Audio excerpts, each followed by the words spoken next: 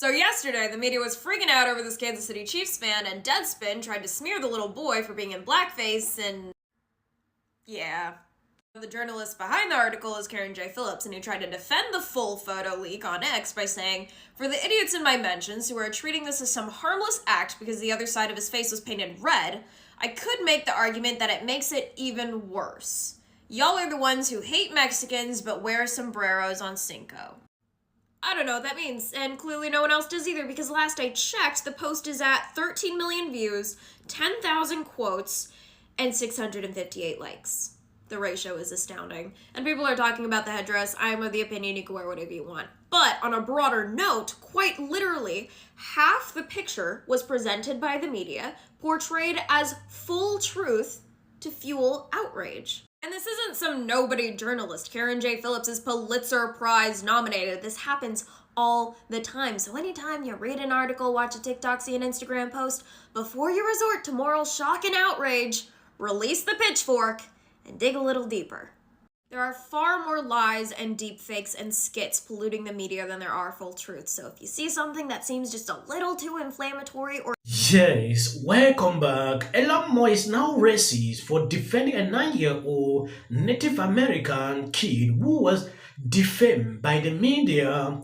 When you take a look at this article published by Yahoo News, you can see clearly how these people are. Elon Musk ignite hate storm against black reporter. Here is what really went down. It is insane. Elon Musk simply replied to this, by saying this is not right. Not everything you are supposed to attribute to racism, but the way the media will spin it, you can see exactly how they are. According to this article, the parent of 9-year-old Holden are threatening to sue Deadspin for slandering their son by saying he wore blackface. People are upset at this young Kansas City Chiefs fan for wearing blackface and a native headdress at a recent game. The sports blog Deadspin wrote an article and posted that article on Twitter with the headline, "The NFL needs to speak out against Kansas City Chiefs fan in blackface and native headdress." Oh, except he wasn't doing blackface whatsoever. This is called war paint. He's at a football game. Never mind the fact that the whole other side of his face was covered in red. But the journalist who wrote this article, he doubled down on his claims. He said, "For the idiots in my mentions who are treating this as some harmless act because the other side of his face was painted red, I could make the argument that this makes it even worse." How? Keep in mind, this is the same journalist who was nominated for a literal Pulitzer Prize, which is a prize awarded for outstanding public service and achievement in American journalism. Says a lot about the state of our media in this country. Now, as far as the native headdress, I really don't see the issue. Now, I do know Native Americans that get offended by these kinds of things, and I do know Native Americans that appreciate these kinds of things and believe that their culture is being celebrated and kept alive. I mean, look at the Washington Redskins, who got their name in honor of their literal coach at the time, who was also Native American. Literal decades after the name change, Walter Wetzel, a literal Blackfoot tribal chairman in his own right, persuaded the team to drop this logo and use this logo in honor of his people. But nope, we got rid of that because some people were upset. Who am I supposed to side with? I'm probably going to side with the people that aren't playing the offended Olympics 24/7. How dare y'all try to ruin this innocent little boy's life because of y'all sick, twisted egos. Let's bring in Holden Armenta and his father, Bubba. So, Bubba, what was going through your mind the second you found out your son had been targeted like this? It's been a lot. It's been a pretty crazy couple of days. I was mad, upset for him,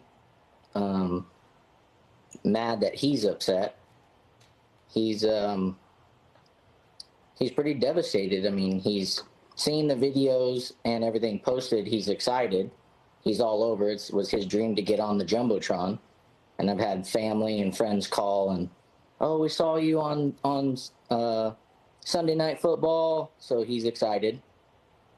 But then everything else came up, and it's been a little bit of a spiral. Holden, how are you feeling right now?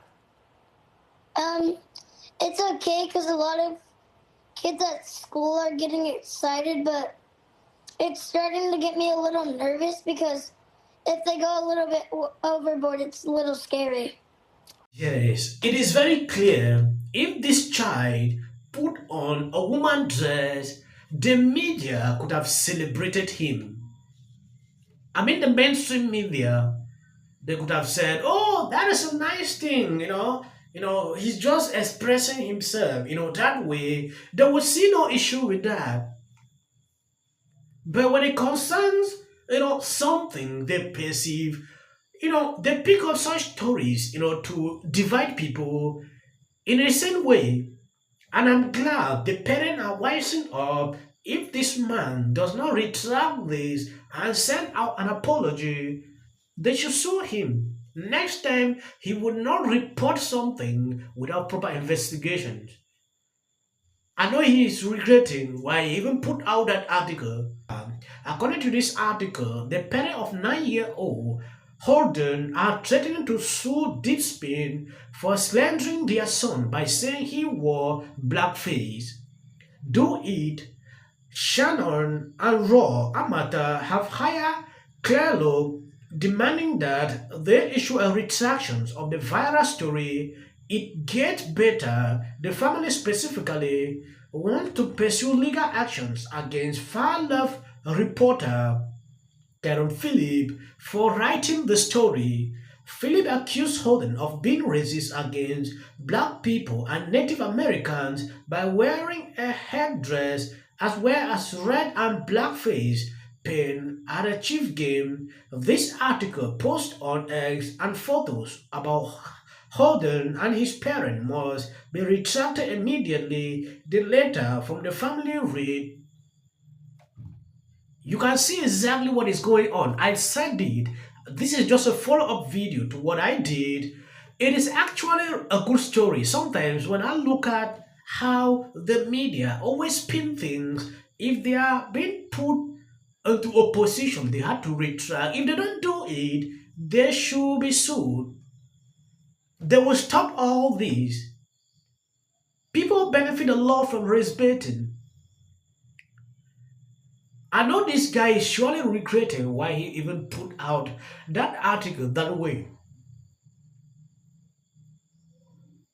He never thought it would actually draw media attention. Though the mainstream media came to defend him, it is still insane because this is what they have been doing for a very long time.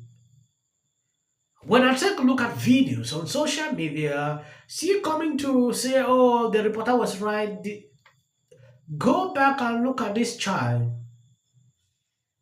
I didn't even have a question. Can you teach a 9-year-old about racism? It is insane.